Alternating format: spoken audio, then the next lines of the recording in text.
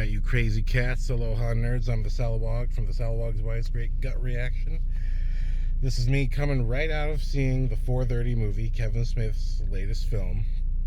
If you don't know what it's about a young kid named Brian in the 80s with his brother and his best friend, trying to spend a whole day, movie day, waiting for a date.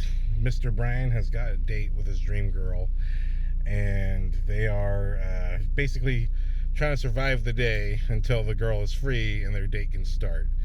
And it's a pretty straightforward movie. It's that they're in high school, so high school grown-up problems, not too far away from like Superbad, but very not crazy like Superbad. Real simple, straightforward storytelling. If you're familiar with Kevin Smith's movies at all, it's very much it's like a perfect merging of his View Askew with how he's been making movies since Red State, where you got kind of the wild dialogue of Kevin Smith, that very specific perspective, but then you also have the complete love of movies, and at the same time you've got the love story, the huge love story like the View Askew days, but it's told the way he tells movies now, where he's much more bare bones, much more just what does it take to tell the story right. I think that's a wonderful thing about watching Kevin Smith's movies across the decades now. I only became a fan of his in the college days, but since then, he's definitely one of those filmmakers that forms my opinion on how movies should be made and what your attitude toward making movies and seeing movies should be. I really loved the 4:30 movie. I feel like the only movie I can compare this to is Mallrats. I can't believe that movie got shit back when it came out, because when I saw it, I thought it was a huge improvement on Clerks. I thought Clerks was awesome, but if you look at that sort of the premise of Mallrats, it's also kind of a relationship story and a young person's story. But what I liked about this, I don't know what problems people had with Mallrats. I don't even understand that. But like what I like about where Mallrats I think was totally of its time, this movie really just feels like it's such a straightforward, it really feels like an indie movie that's just about the characters going through what they go through in their life. And it's not like it's a crazy hardship or anything, but it's just people getting through the day, figuring out what they're going to do next, in the simplest of terms. But you see what they're kind of going through emotionally is messing with all that stuff too. And I don't really want to get into it too much, because the movie's there's not that much to spoil, but if you go through it, I think you're going to have a good time. It's a nice little relationship movie. I don't know. It was a real throwback for me. It really reminded me of like 80s and 90s simple movies, where it's just, you got a character who he just wants to go on that date. That's all he's trying to do, is go on that date, or he's just trying to survive the day so he can get something that he's looking for. And it was really inspiring. It was really hopeful. I guess it seems a bit autobiographical on Kevin Smith's part, and I won't say why. You have to stick through the movie to see. But okay, so new thing for my spoiler-free segments, something to look forward to in the movie. For sure, if there's a part where they get into the movie theater and there's some grindhousey style trailers, I hope Kevin Smith makes these movies, or even like an anthology, something. I would love to see these movies get made for real. One of the trailers is in the 4:30 movie trailer, which is what is it, Sister Walls or something. God dang it! It stars his daughter. It stars his daughter, Harley Quinn Smith. Sister Walls or something. I forget the title of the trailer, but basically she's a nun who becomes a prostitute, and then in the trailer you see she starts killing people. Really, the full trailer in this movie is awesome. And then, like I said, there's 2 more trailers. I seriously hope, don't do the grindhouse and promise these movies. Please make these movies, not just the one. Make all 3. I want to see all 3 now. But yeah, I thought really great time at the movies. I'll have more spoiler-free and spoiler-full thoughts to come. But this is just me, literal gut reaction coming out of the theater. Loved the 4:30 movie. Go check it out. Check it out now while you can. It's good stuff. All right. Adios.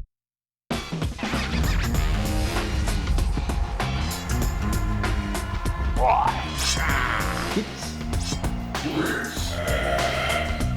reaction.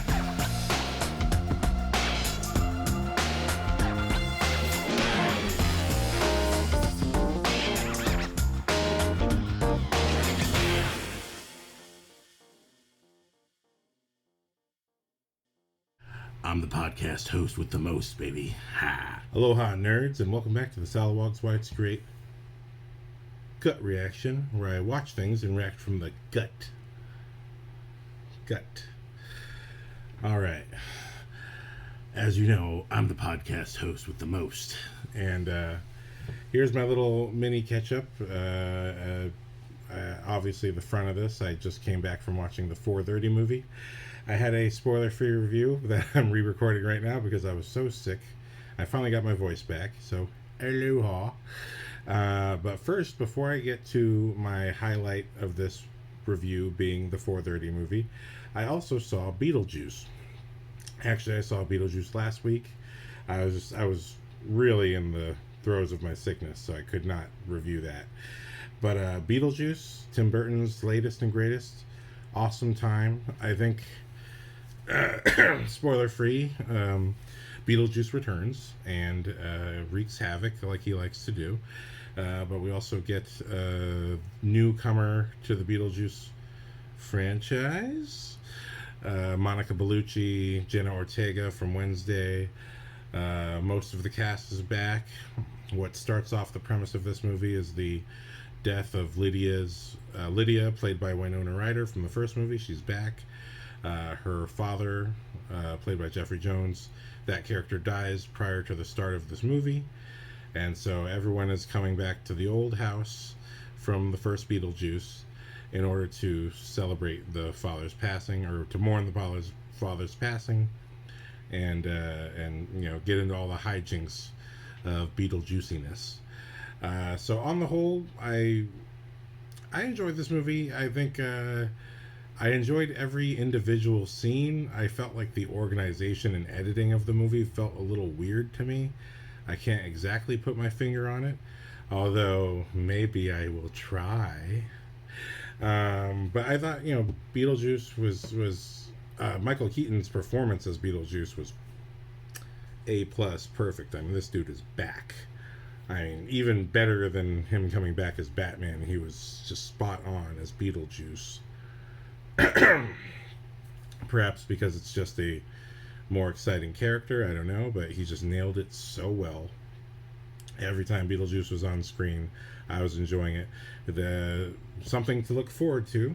This is my new little segment that I'm trying to work in and see if I can remember it in the future videos. Something to look forward to is Beetlejuice's flashback. We get a flashback into how Beetlejuice became Beetlejuice. And that segment of this movie is so funny. It's shot differently. That's all I'll say for the spoiler free. It's shot differently from the rest of the movie. And we get another sequence that's also shot differently from the rest of the movie. But this one I thought was very special. Very old filmy. A very particular film that I've never seen. That Red Letter Media, because they're actual cinephiles, they've seen it. So you got to go check out their review to find out what that is. But yeah, I love Beetlejuice's flashback. It's kind of like one of the highlight scenes. Monica Bellucci's arrival, I've heard this from other reviews, also one of the something to look forward to. I really liked Jenna Ortega's part in the movie. It's a bit redundant to Wednesday in terms of we got some family drama stuff, but on the whole, I think pretty good storyline. I really liked what her character got into, how her character was kind of fleshed into the rest of the picture. The only weird part about it, and it's weird because turns out I didn't realize I knew who Justin Theroux was. I love the show Maniac. Justin Theroux is one of the main characters of Maniac, and he plays a very strange scientist, and he's the head of the program that's essentially giving people with depression or anxiety disorder a specialized science-based dream journey, sort of a dream walk, if you will, that's supposed to help them deal with their issues and become healed at the end of that process. It's a really, I love Maniac so much. I've watched it 3 times. It's one of the few shows I've watched 3 times so quickly. Even Smallville, I would wait a couple years before I rewatched that show again. But this one, within a few months, I just love Maniac so much. It's got Emma Stone and Jonah Hill in it. They are the stars. Really fantastic. Kind of an oddball Inception, I guess. Kind of if I don't know who to describe. If Spike Jonze made Inception, I think that's what you could say Maniac is. So, but Justin Theroux is in that, and he's playing a very strange person. And here again in Beetlejuice, he's playing kind of a strange character who's in a relationship with Lydia, Winona Ryder. That's the only spot I felt was a little strange, but then as the movie went on, I kind of understood more, like, hey, what his character is there for, and I was like, okay, how it all concludes. It's like, I was satisfied with all the conclusions of everything. On the whole, I thought Beetlejuice, just in each, although, like I said, I felt structurally, it felt a little funky to me. But I think on the whole, I was happy with every single scene that happened in the movie. And then I had actually not watched Beetlejuice again before watching Beetlejuice Beetlejuice. So, did I just summon him? Is he going to appear somewhere? I happened to watch Beetlejuice, the first one, afterward, and I realized I appreciated just the simplicity. I think what was in my head is always the simplicity of the storytelling of the first movie. It's just so straightforward. It's literally one thing leads to the other. I thought I really missed that form of storytelling. It's like Star Wars. We're introduced to the droids talking to Leia, then we follow the droids lead us to Luke. Every character leads us to the next character. We're not just going back and forth. And there's a lot of going back and forth between characters right up front in this movie that, to me, I mean, no offense, because the writers of this movie are also the creators and writers of Smallville, one of my favorite shows of all time. But things like that, cutting back and forth between characters so quickly, to me, feels like a TV show, not like a movie. I do feel a movie should be entirely experience-based.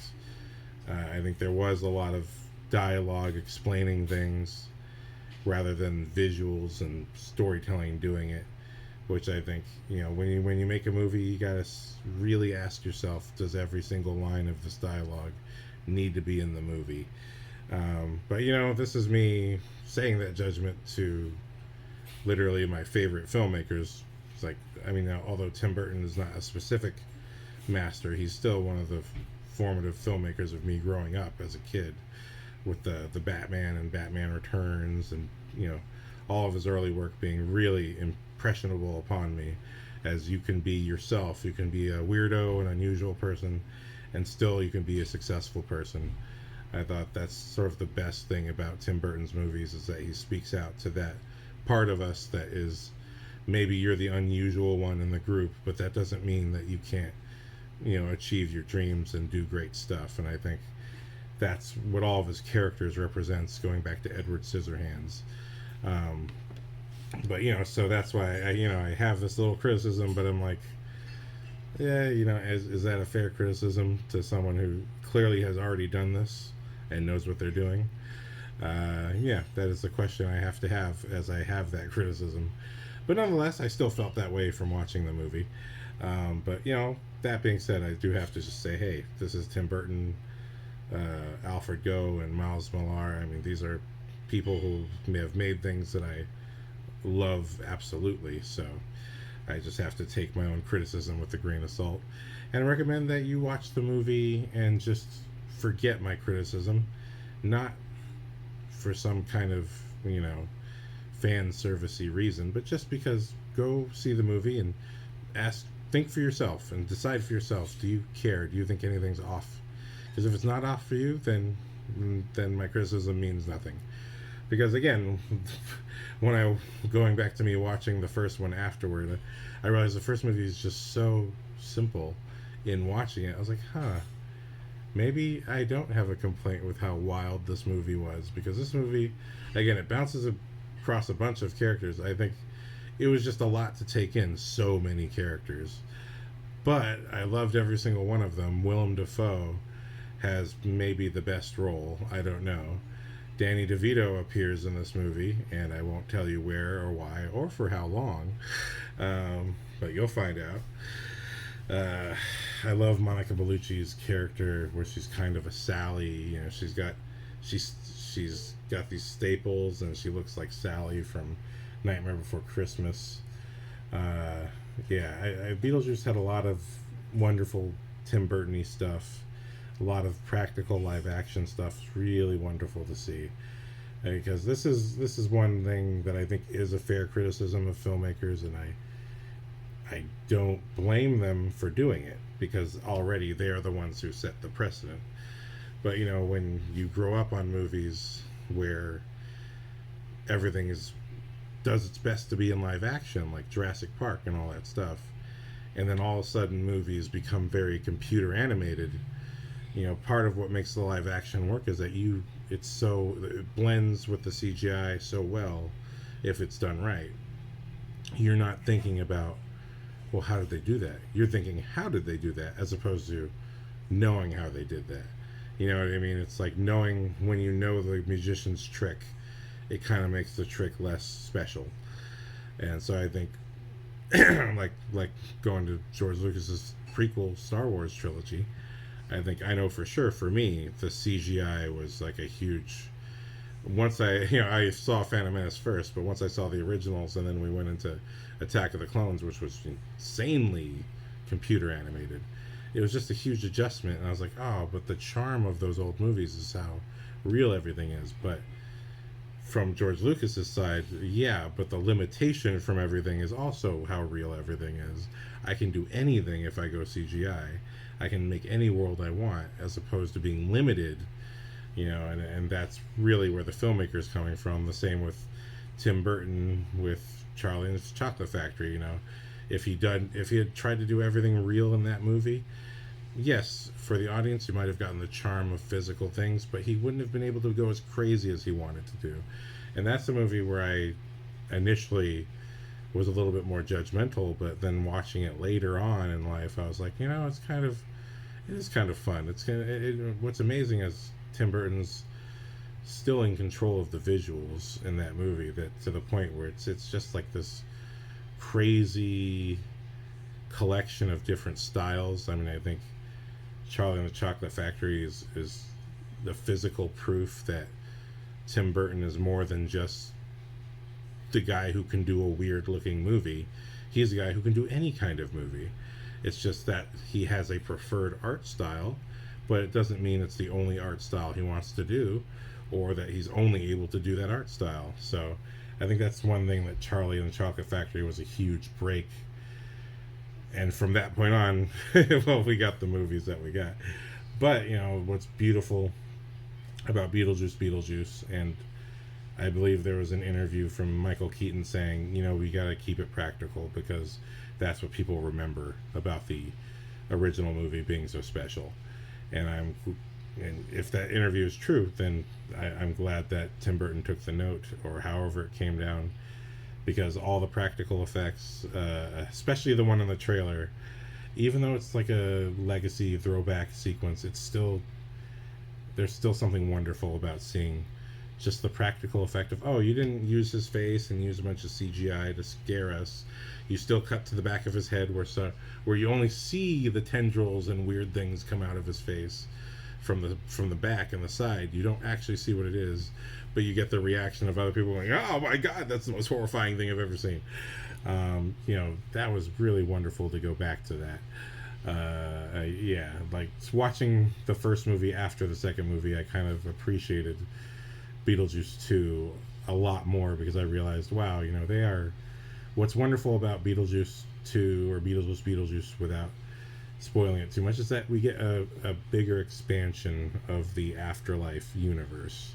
You know, in the first movie, it was strictly the social services angle, whereas with Willem Dafoe, he's a afterlife detective who has an interesting backstory.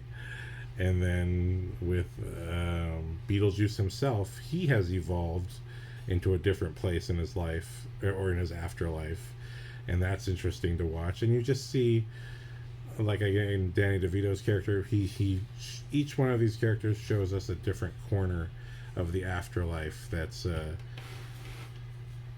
fresh. It keeps it fresh while still keeping it in the style and all that stuff.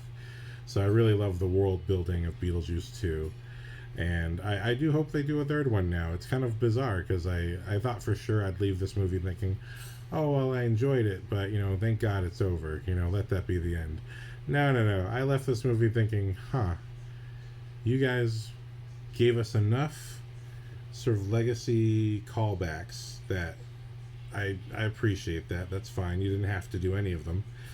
But then you took these characters in a new direction that's so unexpected. I just wanted more of the new direction, actually. I was like, oh, keep going. Keep showing me new stuff, because I'm all for the new stuff. So without spoiling too much on Beetlejuice, and I'll get into spoilers in a different podcast called TheSalawag's Final Cut. Coming soon. I have another podcast where I criticize movies and I make suggestions about how the movies could be better, and you'll have to watch the podcast to see what I'm really going for there, but that should be coming out this week with Beetlejuice. So I'll be recording that later, and hopefully these two reviews are coming out close to each other. But those are my spoiler-free thoughts on Beetlejuice. I really had a great time. If you haven't watched it yet, you got to go check it out, man. You're missing out. Even if you haven't seen the first movie, don't worry about it. Like I said, there's a lot of expositional dialogue in this movie. Maybe a little bit too much. Looking at you, Smallville writers.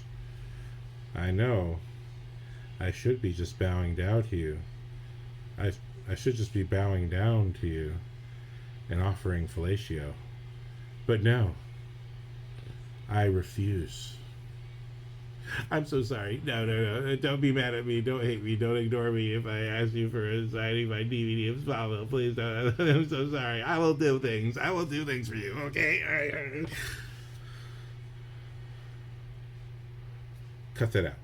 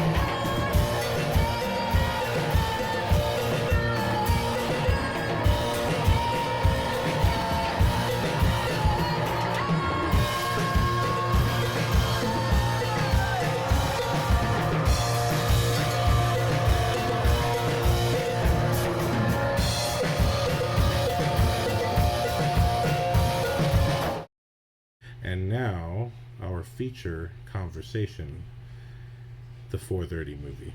I really had a great time watching this movie. I just wanted to add to my things to look forward to. If you have not seen the 4:30 movie yet, and you saw my little blurb at the beginning, okay, but okay, things to look forward to in this movie is number one, the Grindhouse trailers. There's a section in this movie where the characters are watching a movie, but they get trailers in the front, and we get the full trailer of Sister Sugar Walls. At first, she's a nun, but then things go bad, and she must also become a prostitute. Nun by day, prostitute by night. And this is Harley Quinn Smith, Kevin Smith's daughter, playing Sister Sugar Walls. And it's pretty clear that as a cult girl, she starts taking on clients and then starts killing them or attacking them for some particular reason. Must be related to the plot. I don't know. The full trailer is great. It's great seeing the rest of, because we see most of the trailer in the 4:30 movie trailer, but there's just a couple more moments and gags that are great. I think Kevin Smith's wife, Jennifer Schwalbach, who's been in a good number of his pictures, I think she's in there as one of the nuns too. I'm not 100% sure because it is a very nun-like costume that she's wearing. So we get that trailer. We get two more trailers. The second one we barely see, which is kind of the joke of that trailer. What happens in this movie is so scary, we can't even show you, but you can listen. So that's I don't even care that we don't see it. I still kind of want to see that movie. And then we get a final trailer with Jason Biggs as a construction worker where something happens to him. And I won't go into it because it's a spoiler free, but it's hilarious, and I want Kevin Smith to make this as a movie. I hope that that's a plan, because that's the one thing that drove me nuts about Grindhouse. You made a bunch of trailers, you made us think you were going to make those movies, even though technically you didn't. But we had that feeling that this would be some kind of ongoing experience, and then it did not happen. We got Machete, but let's face it, those movies were not the same movies as the trailer. They were completely shot digitally. They didn't look like the Grindhouse movie look. Still fun movies. I'm not trying to knock them down, but they were not the same thing as the trailer. But that's okay. Whatever. Still love Grindhouse. But yeah, Kevin Smith, come on. At the very least, the Sister Sugar Walls movie's got to happen. We can keep it respectable. I'm not asking for any scenes with your daughter doing something. Yeah. But just the stabbing and the killing, like, I just got to see how we get there. You know what I mean? Because it looks like a wild Death Wishy, which I've never even seen. It looks like a wild kind of, Punisher as a prostitute type of movie, which I'm like, oh, okay, I'm down for that. You know what I mean? I'm like, that's cool. But yeah, so that's one section. That's something to look forward to. The other thing to look forward to is there's a Batmobile in this movie. It's maybe not a fully licensed Batmobile, but it is a Batmobile, and it's awesome. I can only tell you that someone important in the movie drives it. There's some really good stuff in this movie. Like I said already, it's a tight piece of storytelling. I like to think of it as the Mallrats redemption, where Mallrats, they were stuck in a mall. In 4:30 movie, they're stuck at the theaters. God, that music is so loud. In 4:30 movie, they're stuck at the theater, or they're trying to be stuck at the theater. And I don't know, it's a really good time. It's a really good time at the movies. I was really just struck by the heart of it, like the movie just being pure character, no insane crazy gags. Kevin Smith post Red State is a very different filmmaker from the Dogma days. Dogma is still my favorite of his older movies. But yeah, I had a great time watching the 4:30 movie. It was a crazy thing because I actually had to travel 40 minutes, but that's not a complaint. It wasn't playing at anything near me, but I traveled 40 minutes to go see it, and it was so totally worth it. Because it was really nice seeing a movie that was just kind of your casual American, coming of age type of tale. It was nice to see that again. And it's also kind of a romantic movie. This guy, just all he wants to do is make it to his date with the girl that he loves, and all the hijinks they have to get into for that to even be possible. But their hijinks aren't crazy, although I will always cherish in Mallrats Kevin Smith's Silent Bob having his Silent Bob Bat Bob, that outfit with the grappling gun and the backwards cap that was also a bat ears. I'll always love that. We don't get any of that in this movie, but it's just purely high school teenagers being high school teenagers in the 80s. And this is gonna sound really mean, but fuck Bumblebee. I'm sorry. What I like about this movie is I did feel like I was transported to the 80s. I recently saw Teen Wolf, seen a few 80s movies, and there's a way people dressed, there's a way people acted in those movies, and yes, it is a movie, but you can always tell that there's a kind of through line of some of this is kind of real, some of this is kind of how people behave. And so it was cool seeing this movie and really feeling like, oh, this feels like we're in the 80s. Or like Jonah Hill's mid-90s, which I highly recommend. If you have not seen Jonah Hill's directorial debut, mid-90s, I highly recommend that. Big Jonah Hill recommendation day today, isn't it? I said Maniac a few minutes ago. But yeah, mid-90s also felt like we were in the 90s. It's cool to watch a movie that can be real without being too in-your-face dramatic, where I think sometimes melodrama, even if it's real, is like, okay, I'm checking out. But I liked, kind of like mid-90s, the 4:30 movie is like the 80s version, but with slightly older kids. Mid-90s is about sort of kids from the range of like 10 years old to 13 or 14, still pretty young, and they're latchkey kids, so they go out and they walk around the streets and have adventures, but they're just experiencing the mid-90s heat wave and experiencing coming of age stuff, getting different experiences and all these things. And with 4:30, we're in the 80s and the kids are actually in high school, different kind of group, but there's that similar hallmark of a very tight story that just sticks with these guys. In mid-90s, I think it takes place over like a couple weeks or maybe less, but when it comes to 4:30 movie, it's just one day in the life of Mr. Brian Davis or Brian David, whatever it is. And I like that. I like the tightness of that, and that we kind of have these important arcs to what's going to affect the rest of their lives in a surprising way, being a huge element of this movie. So I love Genesis Rodriguez in this movie.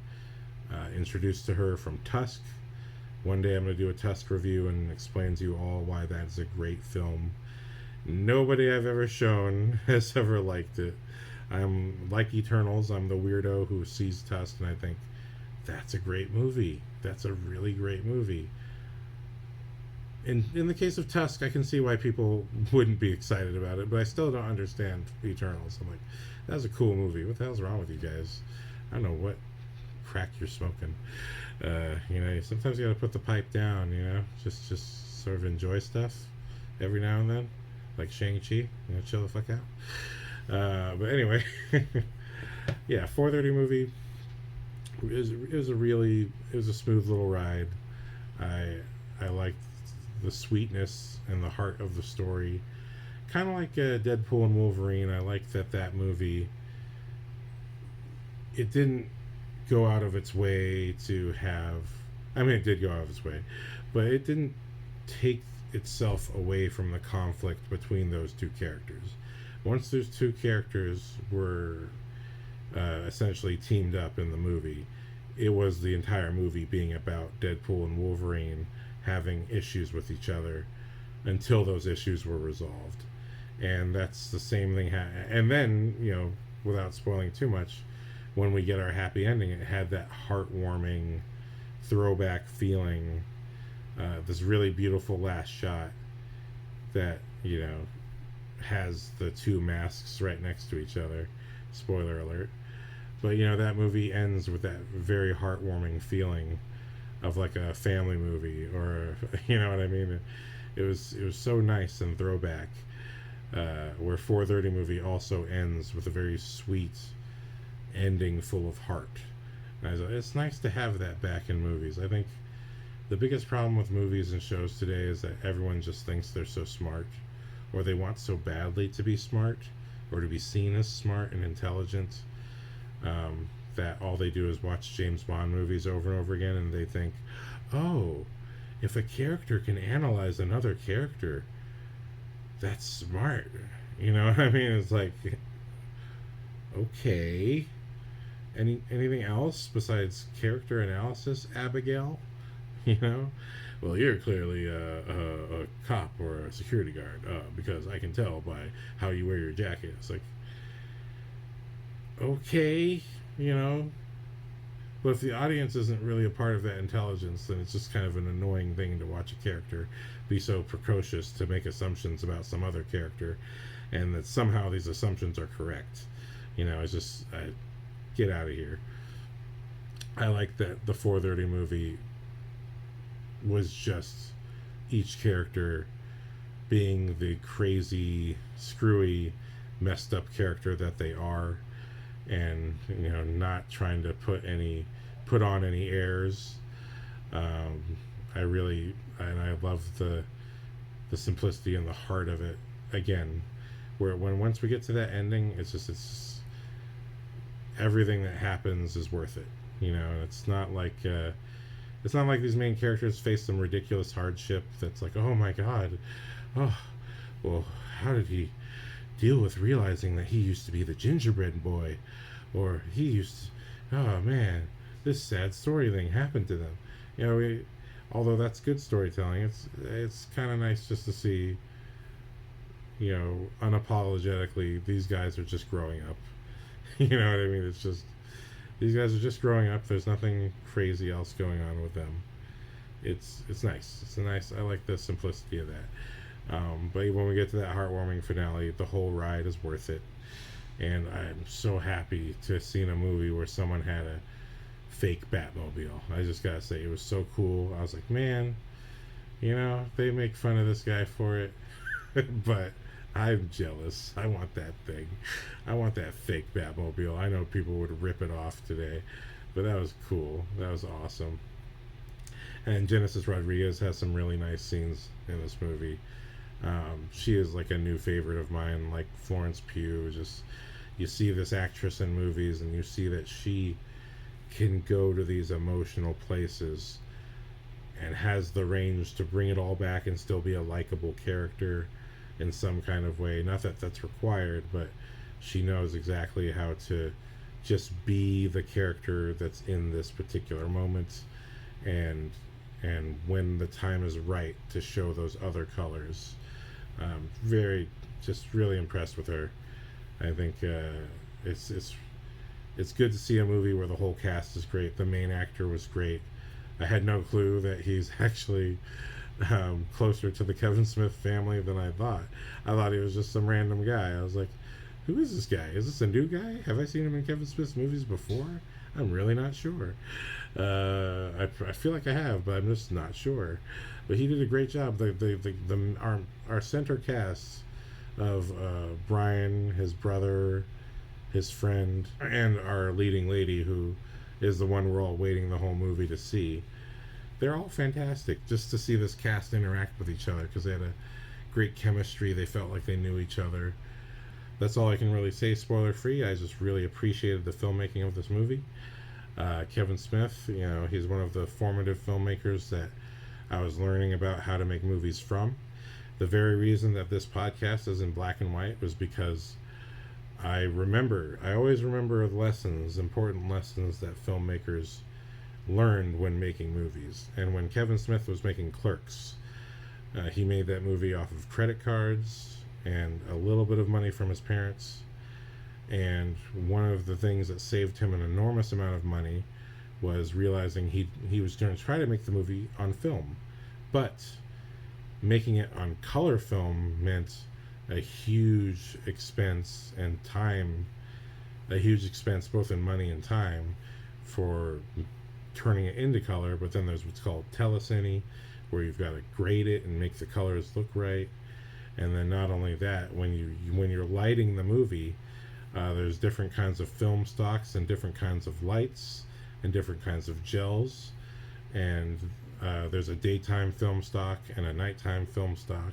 Basically, it's a huge hassle to make an entire movie in color, because you have to pay attention to all your film stocks. You have to pay attention to how you light, because you have to light differently for all these different things. And basically the cinematographer was like, this is going to be so expensive to do this movie in color. And then Kevin just went, well, how about black and white? If we make it in black and white, is this more affordable? Can we skip some steps and still make the movie I want to make? And I'm like, well, yeah, okay, we can make that. We can do that. And that simple, pragmatic lesson. So when it came to making my original podcast, Just Why It's Great, which was supposed to be more documentary-like, I was recording on a camera that my dad gave me, but the camera quality wasn't so high. It was pretty low, and then I also did not have a good sense of how to organize my room and make it look like an adult lived there, if anything. So it just looked so messy in color. And then I realized, wait, Kevin Smith couldn't do color for a similar reason. He wouldn't have the time to make it look right. So I was like, screw it, then this show is going to be in black and white too.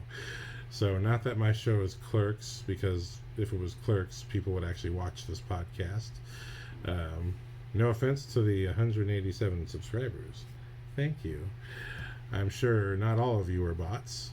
But anyway, yeah, I just, this Kevin Smith has stuck with me because he's not just a filmmaker, but he's completely comfortable sharing his experience in the podcast format or in live shows. He'll talk about his movie experiences. He'll talk about why he makes movies the way he makes them. I'm all about the process. How a filmmaker chooses to make their movie is everything about how their movie is made. Hats off to Kevin Smith and company. 4:30 movie is a really awesome time. If you haven't seen it, go see it. Spoiler section's coming up next. But also, while I'm still here talking, I want to give a special shout out to Kevin Smith's co-host on Fat Man Beyond, and also the main host of Black Man Beyond, Marc Bernardin.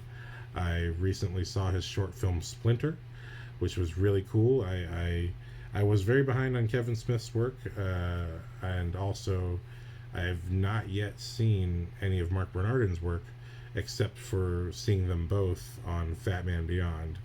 But Marc Bernardin's an excellent host of Black Man Beyond. I like to think he's like a Maximus. You know what I mean? Are you entertained? He really knows how to rock Black Man Beyond, and I hope that they both keep doing this for years to come. But Marc Bernardin and Tiffany Smith, the only Smith that matters, if you've been watching Smodcast or any of that, they are teaming up with a bunch of other filmmakers to make an anthology film called Deepest Darkest. So I'm just going to put the Kickstarter link down here. Please check out Splinter if you also don't know who I'm talking about.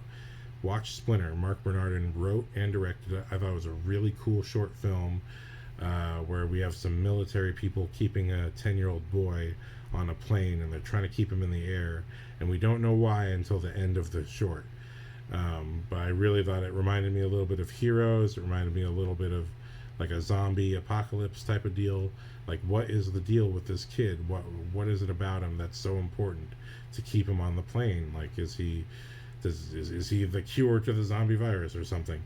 There's so many questions, and kind of like a good episode of Lost. It just kind of keeps you hanging all the way to the end. And I thought it was a really great cast. Trisha Helfer is in there.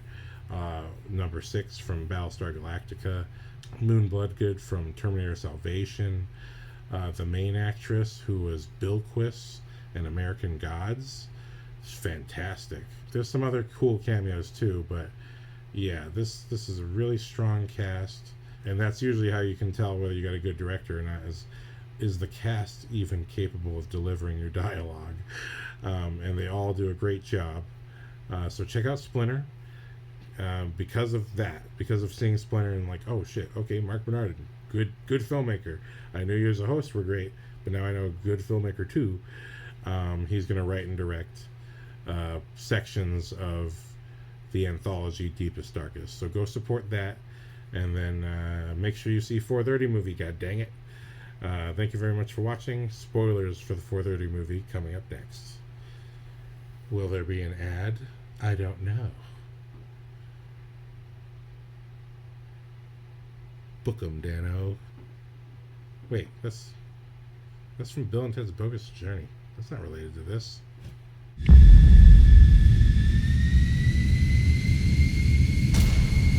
Alright, who's ready for spoilers on the 4:30 movie? Okay.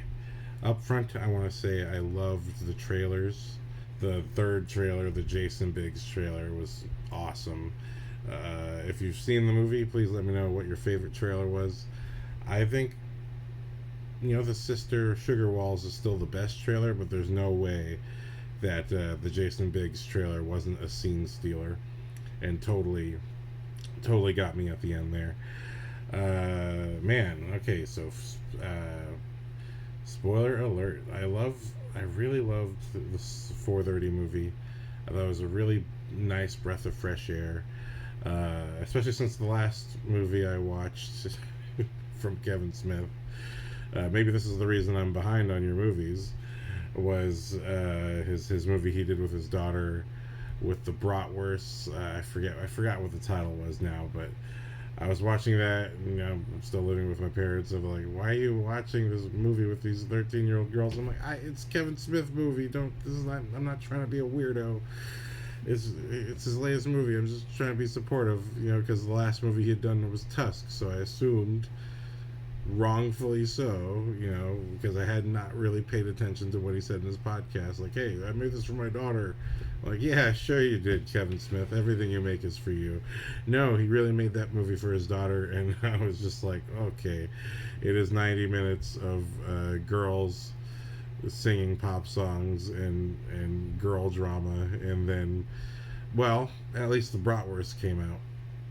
But, so, I missed Clerks 3, but seeing this was a real great. I really enjoyed the sort of semi-autobiographical nature. If you follow Kevin Smith's podcast, he does have a whole series of podcasts. I believe it's the Smodcast, where he is reviewing tapes he recorded in his late teens, early 20s. And it's full of a lot of wild stuff that he says, some bordering on pretentious, bordering on self-important, wild stuff. But, all that being said, I don't think it's unusual thoughts that, I think every kid at some point has some kind of self-important part of their lives, whether they want to admit it or not. But what I find interesting is that not all of it was like that. Some of it was exactly like what's featured in this movie, which is he's just making a recording like, today I called the woman that I love and I asked her out on a date, and then this is for love. And I thought that was awesome. He wouldn't admit it to his friends, but in his private little diary, he said what he was all about. And so I like that, that's an important thread that, and the whole movie he's talking about, and I'm so sorry I still forget the character's name. The whole movie he's talking about the girl, so it's obviously he's just obsessed with her. And the whole notion of the friends being threatened, I have felt that way at times with friends, where it's just like, I'm interested in someone and I didn't feel like they were necessarily not liking the person I was interested in, but maybe there was that thread of, oh, I'm not going to hang out with you as much. That person stinks, you know. I think I felt that a little bit before, but it was nice to see that kind of played out and fleshed out. What I really like, I love Genesis Rodriguez. For those of you who haven't seen Tusk, I think is absolutely a great film. Everyone I show it to thinks it's too weird, but for me, it's exactly the kind of weirdness that I am. I do have a philosophy that movies were made for those who enjoy them, and which means that, you know, if I don't like a movie, that doesn't invalidate the movie. If you don't like a movie, if my favorite podcaster does not like a movie that I love, it does not invalidate that movie. You know, it just means that, hey, it wasn't made for them, it was made for me. And that's the same way I feel about the MCU, with all this, you know, all these people being vocally upset with it. I'm like, it's not really as bad as you're all making it out to be. I think when it comes to the MCU, I think people are just whiners. When it comes to Star Wars, I think there's a lot of fair points, but I think people have been wrong about Star Wars since the prequels, so it really doesn't matter what people think about it. But either way, Tusk I thought was fantastic. Genesis Rodriguez, who plays the hot usher in this movie, is in Tusk, where that was my introduction to her. She plays the sort of disgruntled, disenfranchised girlfriend of Justin Long, who's a bit of an asshole podcaster who's gained a lot of success from his asshole persona and has kind of lost the sort of humanity that Genesis Rodriguez as his girlfriend fondly remembers and wishes he could bring back. But he's just so upset with his past and upset with how long he suffered and struggled to become successful and have some money in his pocket, that he just can't appreciate what goodness he had, including her. And so I thought her scenes were really wonderful. I mean, she had some really long speeches, and she got to some deep emotional places that I felt were very real. And Haley Joel Osment is in there too, and you know, this was my first movie I'd seen him in since AI.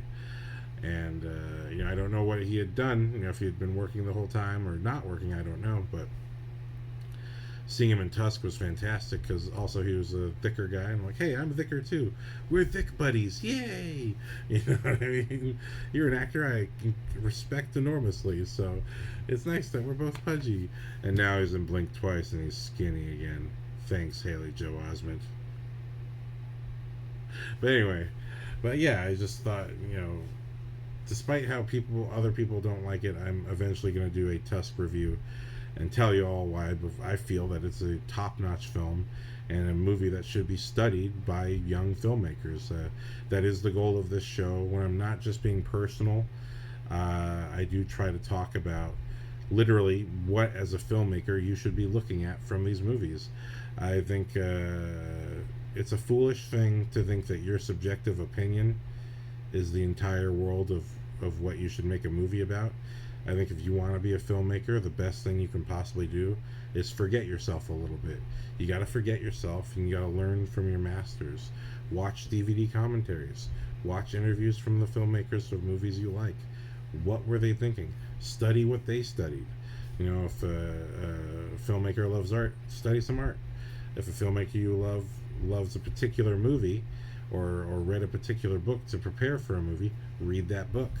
I have stopped reading Hero of a Thousand Faces by Joseph Campbell, because it got a little too far into what different cultures do to their people to initiate manhood.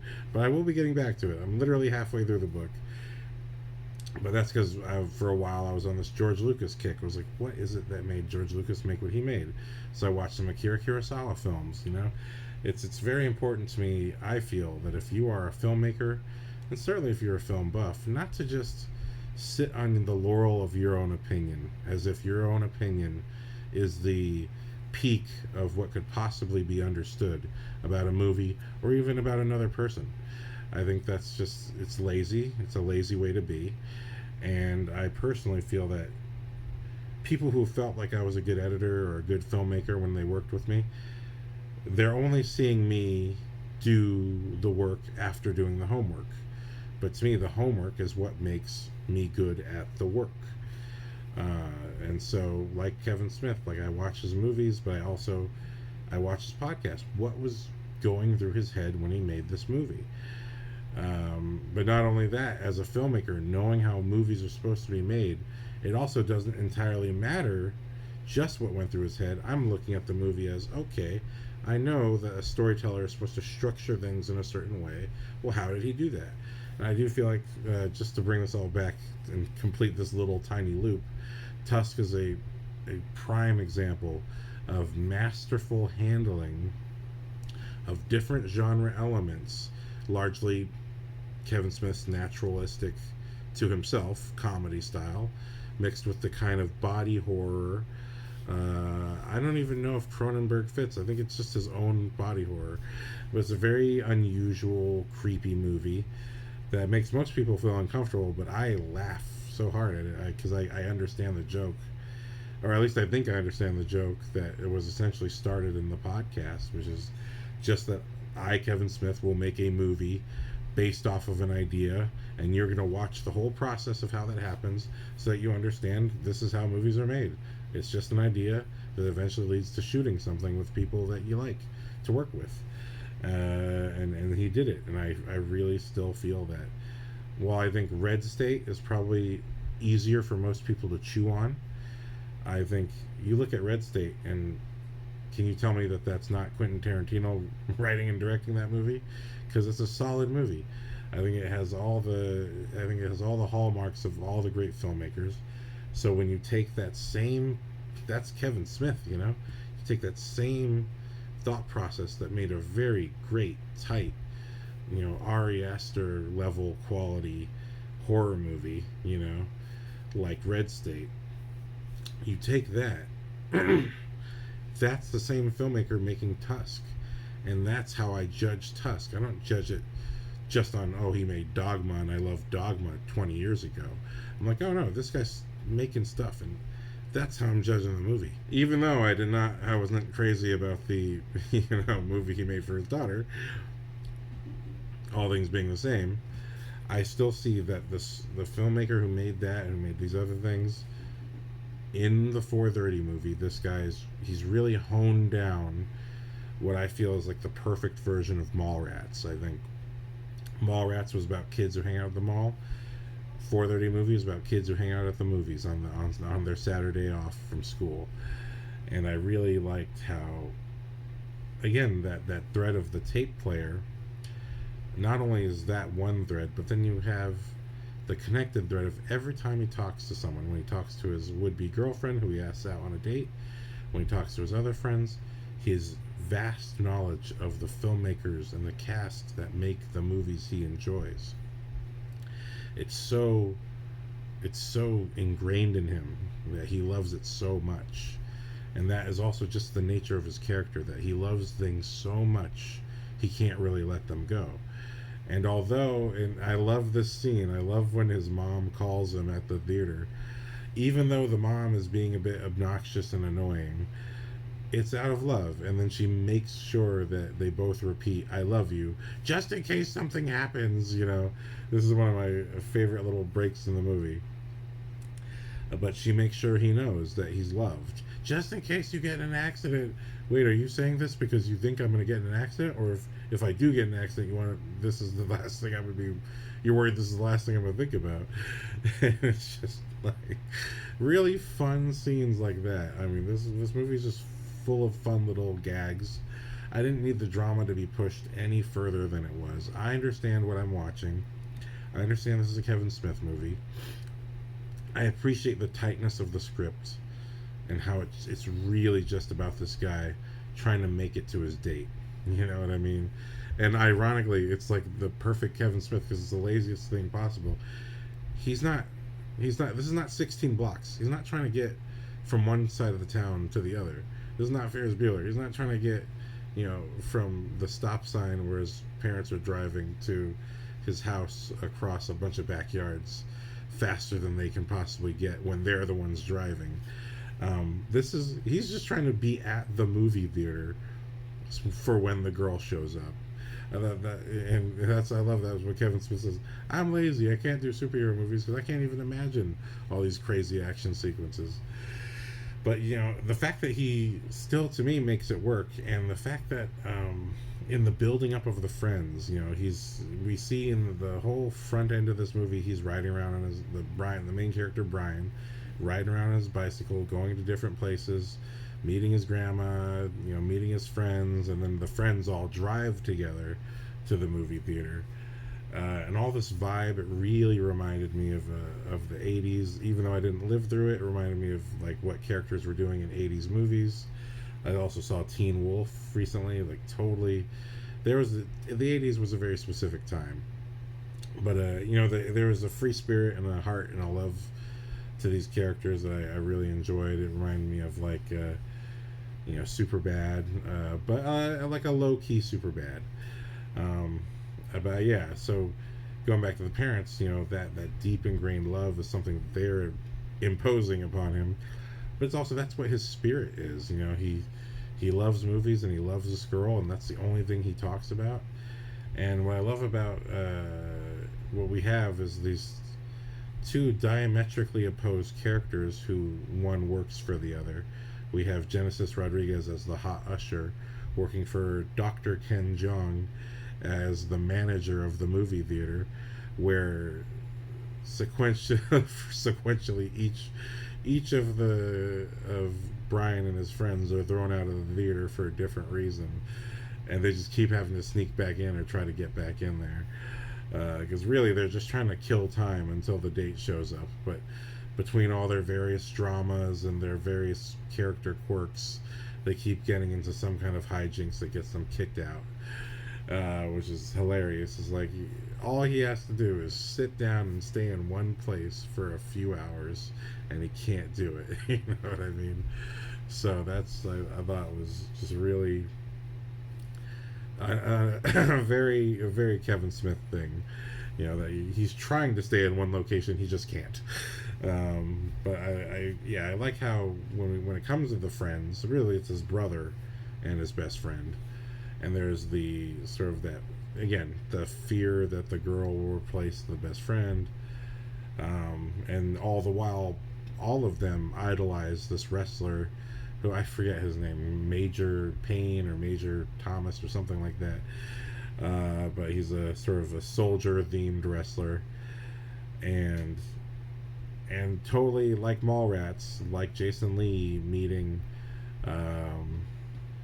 Stan Lee and giving a whole speech. And I remember it's the exact same speech. Once I was exactly like you, describing you yourself, and I just needed this one little push or this one little piece of advice that would get me over myself. And in real life, Stanley's like, this is not the speech I would give you, but okay, this is what I'm saying. But it's funny because that's the same thing happening when, after the majority of the movie has gone by and the friend is just so sick of hearing the name of the girl, and he's always making fun of her and saying all these really cruel things about her, and it finally gets to a point where all the boys are kicked out of the theater and they're fighting in the alleyway. And I love that the Hands Across America people are there, and at first they're all facing the street, but because the fight starts happening, they just turn around to face the fight. And the laziness, I think there's two themes. There's love and then there's laziness. And the laziness of when the fight happens, even though they're the Hands Across America, let's all get along people, they're still just like not willing to break their hands and stop the fight. It's just, hey, stop fighting. I thought that was hilarious. I thought that was awesome. But the beautiful reveal of the scene is the brother sort of telling them both the truth of themselves that they don't want to admit, which is also a very Kevin Smith thing to do. Chasing Amy, I remember so distinctly. That was a time where I thought, Silent Bob, don't talk so much. You know what I mean? Where suddenly Silent Bob, who's supposed to be silent, has this whole speech to sort of help Ben Affleck wrap his head around the drama he's had with this lesbian girl he's been in a relationship with, and Silent Bob breaks it all down for him, and really I do feel like it's more like Kevin Smith's own self commentary, probably is most likely, but you know what I like about it is it is the way he does it in this movie. I think so much more natural. I think it really added up to all the drama that we were experiencing with what at first was some light teasing about the girl from the friend, to ultimately he's like, hey, she's an Ewok, you know, to ultimately he's just like, she's not good enough for you. And it's more like, and the brother having to say, hey, stop being so threatened by this relationship. This Brian looks up to you, and all this stuff. But then, you know, when this revelation of he's doing this for love, he looks up to you, and you need to stop trying to control his life, let him be his own man. You know, that kind of journey I think every person has to go through, and I guess for guys too. But being your own man, being your own person, and breaking away from whatever sort of controls you, or whatever you allow to control you. I think that is a really nice thing to have in the movie. But more importantly, again, bringing it back to Mallrats, when the friend who just doesn't want to accept this goes and meets Major Tom or Major Payne, whatever he is, and the dude at first was acting tough. Well, thank you for being a fan. And then he asks him some other question, and then the dude just totally breaks character, takes off his glasses. Oh, you know, they used to call me fat in high school. Please don't tell anybody that. I was like, wow. But just like the Stan Lee thing, this scene is about how this famous guy is admitting to having all these flaws and all these struggles that completely relate to what the main character is going through. And while in Mallrats it was being said directly to the main character, in this movie it's being said to the side character who most idolizes that guy. And it just kind of makes him realize, oh, okay, so maybe my idea of manhood isn't what I necessarily think it is. And I think this is actually, to bring up another podcast, this is an interesting thing that Michael Jai White brings up with his wife on their podcast. The name I forgot, but I'll put the link below. Michael Jai White talks about how in his younger days he didn't care about relationships. He would have 17 girlfriends at the same time. He didn't care. But what he found is that with his wife, like, she was kind of the one that got away, and he didn't really know why. It was eating at him that he let her go or didn't stick with her, or didn't make it work. And then one day, once they did make it work, he realized, oh shit, this is actually what I want. This is what makes me feel complete as a man. And it's sort of, I think there's this kind of shared notion, like, here's Michael Jai White. We all know him from playing tough guy roles, Spawn, all this stuff. And, you know, you might expect maybe he is happy getting the love wherever he gets it. Or maybe you might expect that's the macho man way to be. But here he is, you know, he's an older man now, and he's realized, like, hey, that's not really happiness. That's not really what makes me feel safe as a man. That's not really what makes me feel good as a person. What makes me feel good as a person is knowing that I have my number one next to me, and that we rely on each other, that we are a family together. And I just thought that was both a beautiful story on his part, but it's also kind of being reflected in this scene with the Major Payne, Major Tom. I'm sorry, I'm terrible with these names every time I do these movies. But I thought it was beautiful that was being reflected in the scene with this young tough guy who's just getting ladies left and right, and then you got sort of his idol saying, no, that's my wife over there, I love her, she's my whole world. And it's just kind of like it's like a lesson to young people. It's like, I think this movie is really about when we break it down to what's the movie about, and this is just my opinion because I only barely heard about this movie recently. I'm a little bit behind on Kevin Smith stuff, so I didn't even know he was making it until it was almost out. So I just saw it just to make sure I didn't miss it. I'm actually fine that I missed the Bratwurst movie in theaters. Now that I saw it, it was caught by my family, and they're like, "What's wrong with you?" I'm like, "I didn't know that that's what this movie was. I'm sorry, Mama." I'm like, I was just trying to watch Kevin Smith's movie. Now I don't feel so bad about missing that movie because I saw this, and this is more for me. This is more along my line. But what I just thought, what's beautiful about this movie is that going back to the diametrically opposed characters of the hot usher and Ken Jeong, who has the amazing film reel style Batmobile. I thought that was awesome, with the little popcorn bucket as the thruster in the back.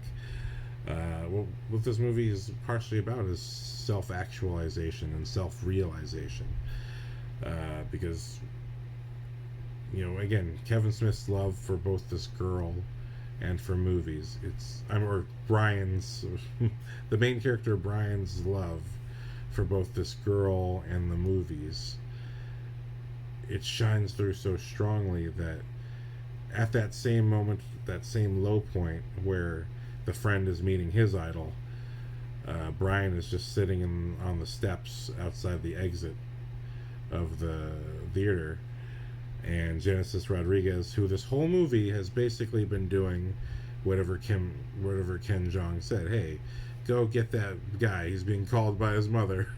I love that. Or you know, supporting him and throwing the boys out. She's been a loyal, good employee, but in this moment, she's finally having her break. She's having a smoke break, and it's here that she reveals to Brian, hey, I'm also in love with movies. It's the only thing I think about, and I'm going to go study to be a filmmaker just like my idol, this other director. And this is a huge revelation for Brian. And this something similar happens to Kevin Smith that he describes on his podcast. I can't tell you which one it was. If I find it, I'll put it in the description. Like I said, I barely found out about 4:30 movie just weeks before it came out. I was like, wait, what? You're making another movie? Shit, I'm behind, dude. I still haven't watched Clerks 3. But yeah, so it was a beautiful thing when she's revealing all of this, and then, most importantly, she calls him out. She says, "You're a filmmaker too." And he's like, "I am?" And I think for most people seeing this scene, you'll probably think, how could she possibly know?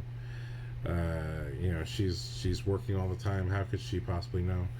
But I think it's the proof is in the pudding, or the evidence is all over the movie.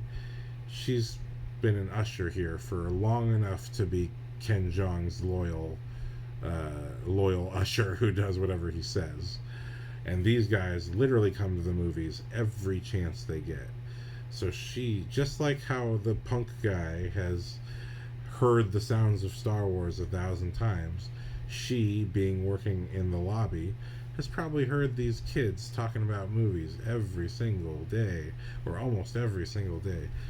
So there is a built-in reason why she would recognize him as a fellow filmmaker. And I really loved her speech. I thought, dang, you know, it's a smaller version, but much in the same way with Tusk, I thought, what I like about Genesis Rodriguez as an actress, she got this ability to be whatever she wants to be. You know what I mean? She can be the sweet, weeping girlfriend who just wants her man to change and grow up. Or she can be the cool one who kind of knows what's up. You know what I mean? It's like she has really nice range. It's like, you know, it's weird for me because I've idolized directors for the longest time, and really not until the last couple years seeing movies directed by actors, which I never really paid attention to, even though I'd seen some Peter Berg movies. But it's not until like really Horizon and Old Dads where it's finally starting to click in my head. And even this beautiful this beautiful speech by Ethan Hawke talking about some of the best directors being actors. It's not until now I'm starting to understand and appreciate and value actors in a different way. And it's like with Florence Pugh, she just blew my mind with Midsommar. But I had already seen her in Black Widow and Fighting with My Family, where I got to see some of her variety of her acting chops. But Midsommar was the one where I went, oh my god, this is a movie star. Fuck this whole notion that there aren't movie stars. Here's an actress where if she appears in something, I will probably give it a shot. And again, with Genesis Rodriguez and Tusk, I was just like, dang, this person is going there. What I look for is like what I consider like not that I really do name it this, but I guess in my head it's like the Samuel L. Jackson test. Samuel L. Jackson in Unbreakable as Mr. Glass was so absorbing and fascinating, and without question M. Night Shyamalan's writing and directing are key to this, but it really was Sam Jackson's just absolute, his sense of control of his belief in everything.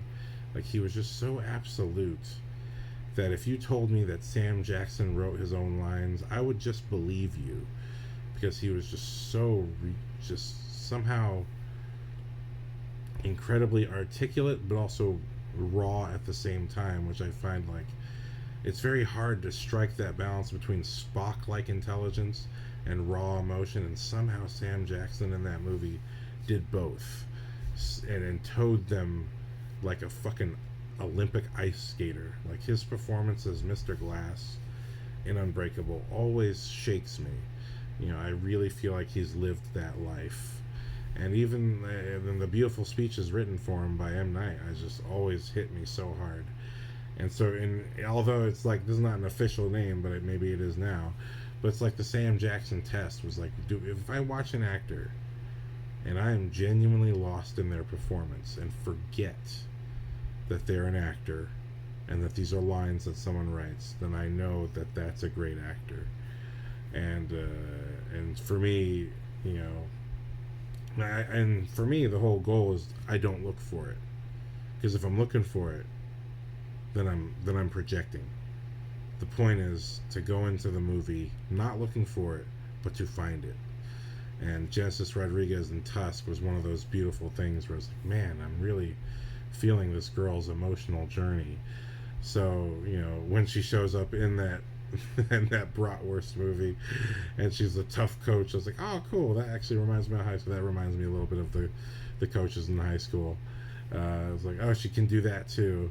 But seeing her be the cool, to see her get the Silent Bob speech, I guess the brother got that, but she got the other Silent Bob speech, the I know where you're meant to go speech. I thought that was really cool. And I also feel like, in terms of the theme of the movie, this is what the movie's really about. It's about this young man finding his path and standing up for it. I mean, he's already going for it, which is wonderful. I don't think we needed a 90-minute precursor where he's too nervous. I think this movie is perfectly about the day this guy decided to change his life. The day he decided to stop being afraid is the very day he learned that not only is this girl worth fighting for, and that his destiny is worth taking in his own hands. Not only that, but he's going to figure out who he really is as a person. He's meant to make movies. And I just love a filmmaker recognizing a filmmaker, that, hey, you have the same indomitable love for pictures, the moving pictures, as I do. I can see it. I know it's with you. And although he doesn't verbally say, hey, I'm a filmmaker, it's just a seed. It's just a seed for transformation. And it's not till he's finally on the date with the girl at the end that he admits that what he's doing with his tape recorder is because he wants to be a writer. He doesn't say, yeah, I want to be a writer for movies. He doesn't have to. But it's you know the seed was set. And I love Genesis Rodriguez's line of, "You just haven't made your movie yet. Neither of us have." And it's like, oh, nice. Because there is an instinctual thing, I believe and feel, that we all have amongst each other, where we detect things about one another that are unspoken, that can't be said. It's just there. It's a magnetism that we can't describe. Yeah, now some people are distracted by looks and all this stuff, but there's something so far beneath that, that if you're willing to listen to it, it can really guide you in the right path. This natural instinct for whatever it is that you are, you're designed to find other people just like you. And I think in the case of what makes most directors great is that they can sense when an actor that they want to work with is a great actor. They can sense whether a crew member they want to work with is great at lighting or at building sets. They can see that this person does things. Not only are they great at it as a craftsman, but they have this like taste or like similar knowledge or similar kind of process that kind of represents what I'm going for.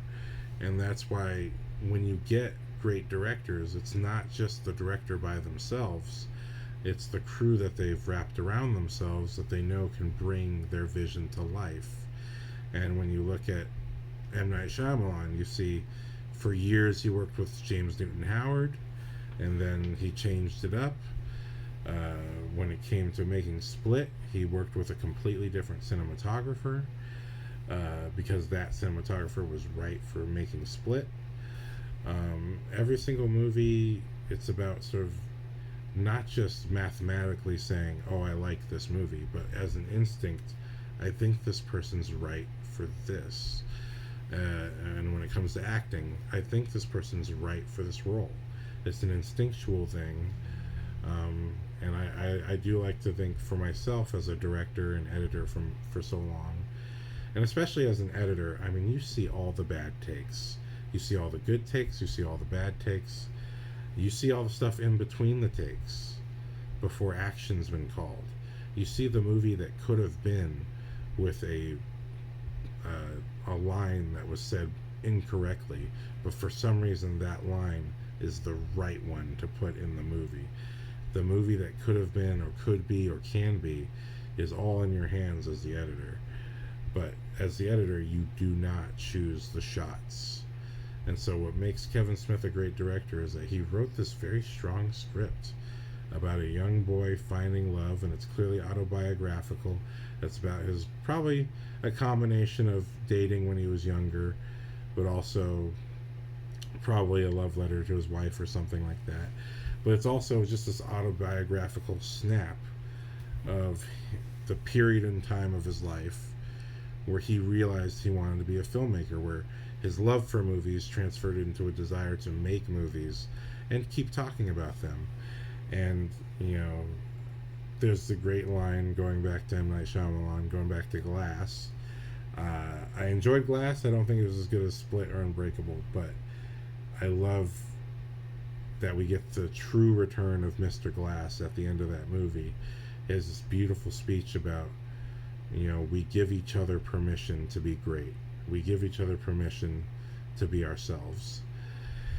And, it's like, it was just this sort of beautiful thing where the movie is building up to people witnessing superhero incidents happening.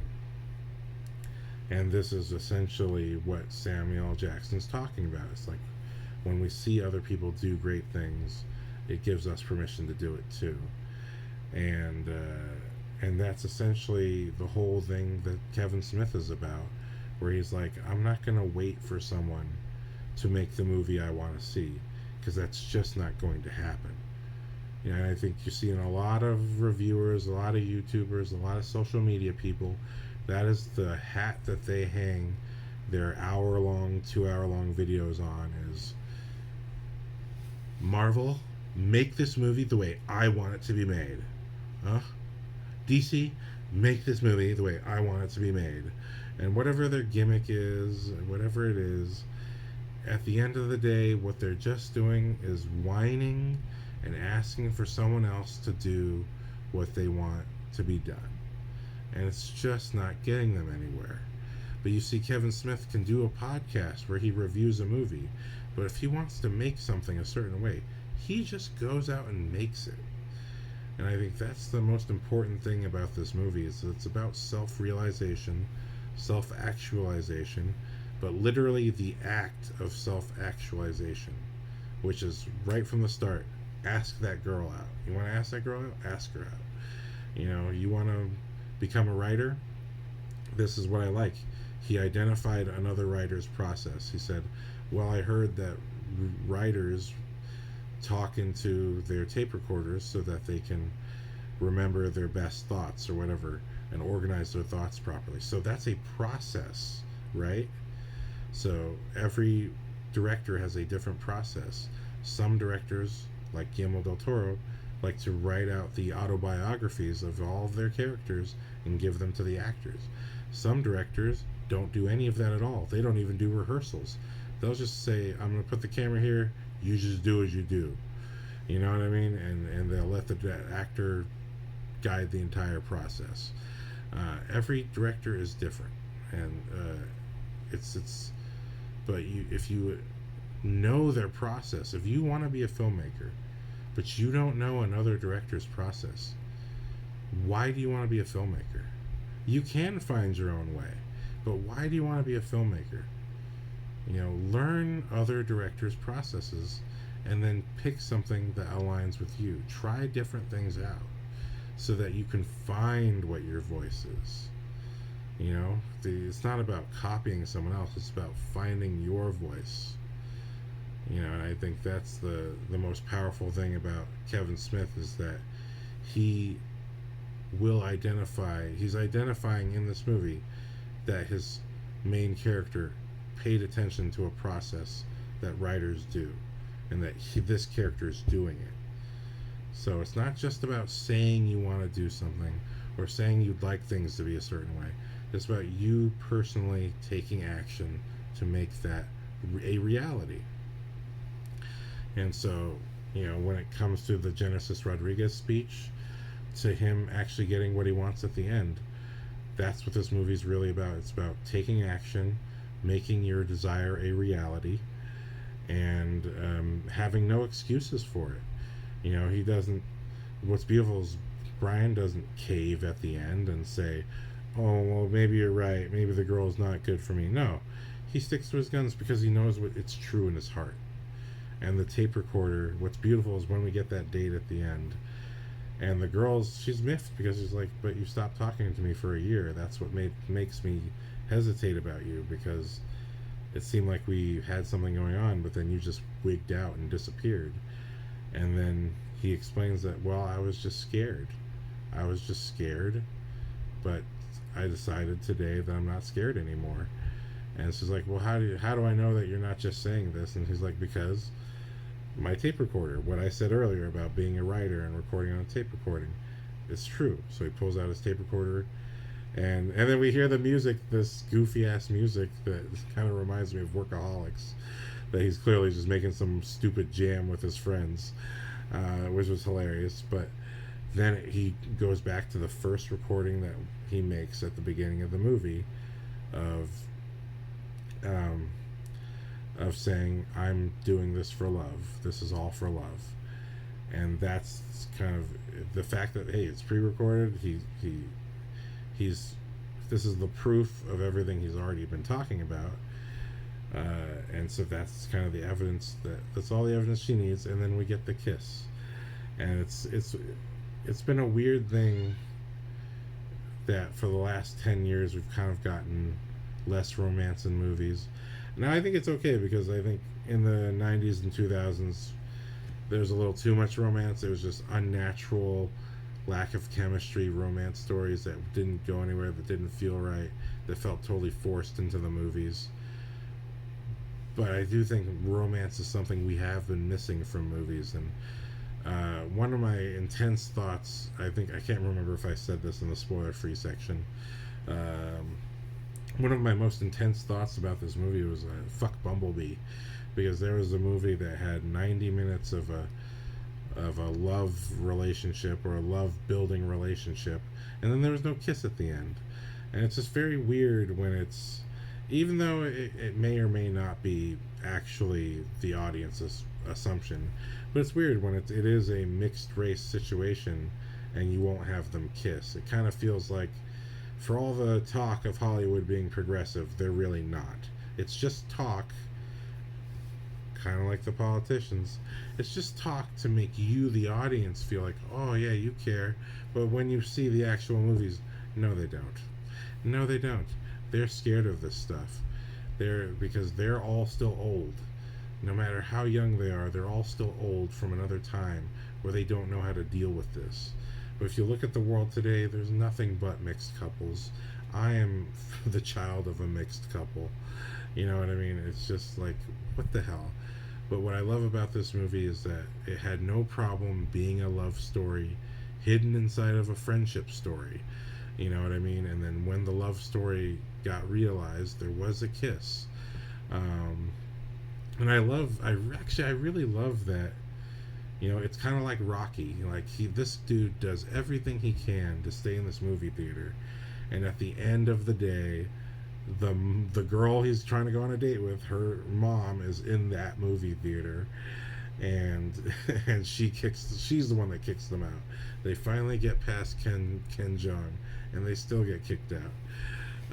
But it leads to them having a much nicer date where they talk to each other and get to know each other a little better and get some answers to some questions that are needed for the relationship to become a relationship, or a genuine boyfriend-girlfriend relationship. It was all necessary, and it's all and exactly what that last conversation's about. It's like, today sucked, except that it also worked out. You know what I mean? It's about, find the silver lining, find a reason to make this worthwhile, because this is the time you get. And I think that's definitely been kind of a message from Kevin Smith post heart attack, and hopefully stay clean. I want you to be working until you're 87, Kevin. You know what I mean? I need to meet you and shake your hand, and shake Marc Bernardin's hand too, because you guys are amazing. And maybe Ralph Garman too, since he's in everything you make. Yeah, it's just look, you know, if you're a regular audience member watching this, or if you're a budding filmmaker, or you think you want to be a filmmaker, or you are a filmmaker, this is what you got to pay attention to. Movies are not about you. They're not about you. They're not about your opinion. The movies are about the filmmaker and their opinion.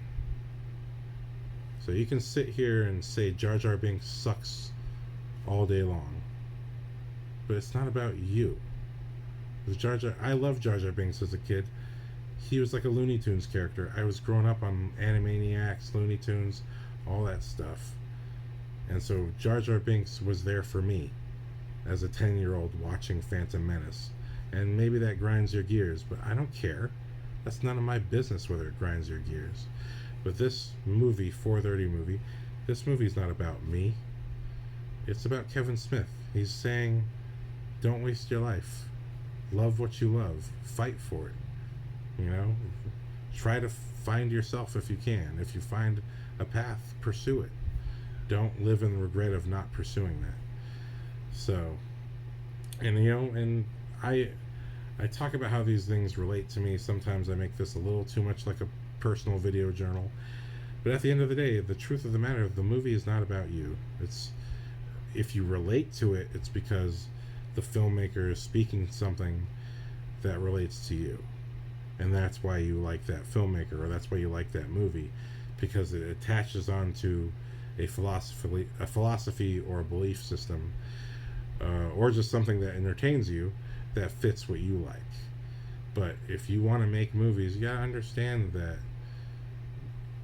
making movies is a battle of separating the subjective experience from the objective knowledge of what's actually going on. The real truth is somewhere in the middle, but you know, you can't find that truth unless you have a sense of what the objective truth is. And the objective truth is that this is an autobiographical picture, that Kevin Smith has something to say. He's always had something to say. And according to him saying, according to my wife, I always have too much to say, which is hilarious. But, Kevin Smith is speaking from his heart, and he's making the movie that he wants to make. And I just think, what makes this movie great, why it's great. What makes this movie great is that it's unabashedly that perspective. It's unabashedly saying it doesn't matter where you come from, if you have a vision, if you have a dream, go for it. And, maybe you don't know where you're going to go yet, but somewhere out there, someone's going to recognize you and help you along. And it's just important that, hey, you don't have to say no. You can just kind of listen, and maybe somewhere down the line you'll realize that person's right. You are meant to do this thing or that thing. There's either way, be yourself, fight for yourself. And that's what Kevin Smith did, and it's worked out pretty well for him so far. And I'm hoping for many more decades of Kevin Smith's crazy nonsense, because amongst all the filmmakers I enjoy, I think Kevin Smith, to me, he's still the rebel. He's not making Oppenheimer. He's not making the biggest blockbuster on earth. He's not making the weirdest, craziest monster movie on earth. He's not making very crowd-pleasing, popular thrillers like Trap. He just makes his own little movies that have their own audience. And it's not necessarily the biggest audience, but it's big enough to pay his bills. I'd say it's still a pretty big audience, actually. But it may not be the blockbuster audience, but it's his audience. But he could only find it by doing what he wanted to do, the way he felt like doing it, which is advice Stan Lee gave as well. Stan Lee said, if you have something in your mind and your heart that you want to do, that you feel passionate about, then follow that passion. And that's how Stan Lee made Spider-Man, and that's how Kevin Smith made his career. It's the same advice being passed on from one legend to another. And that's why I follow Kevin Smith, and that's why he's one of my formative filmmakers. The lowest budget, the laziest one, by his own words. You know what I mean? He doesn't want to make the big budget pictures, but god damn it, after seeing this movie, I'm like, fuck Bumblebee. Kevin Smith, you better make the next Bumblebee. Okay, you better make the next 80s themed Transformers movie, because I can't fucking stand another one of these Hollywood pictures that is clearly just a cash grab, or the attention to detail is not given. You know, this movie is wonderful because I felt like I was in the 80s, and I wasn't even in that generation, you know, but my siblings were. My older sibling and my older cousins, they're all from the 80s. They have that same vibe. When I watch 80s movies, I mean, I understand that a lot of it's still fictional, but there's a vibe there that's so, I know is coming from something very specific. And 4:30 movie totally recaptured that voice and that feeling. And, you know, that's Kevin Smith's directing. And directing is not just you yourself being a good director, it's having the cast and crew that can give you that experience and deliver it for you. So hats off to Kevin Smith and company. I really had a great time with this movie. I hope you do too, if you decide to sit through these spoilers and not watch the movie. But if the movie is anywhere near you playing and you can afford to go see it, I recommend it. So thank you very much for watching. That's my thoughts. Aloha, why it's great, people. Find your own greatness, because we all need it so sorely. What's that line at the end of Willy Wonka? A small light of kindness in a very, very dreary world. That's what your greatness can be. So anyway, aloha.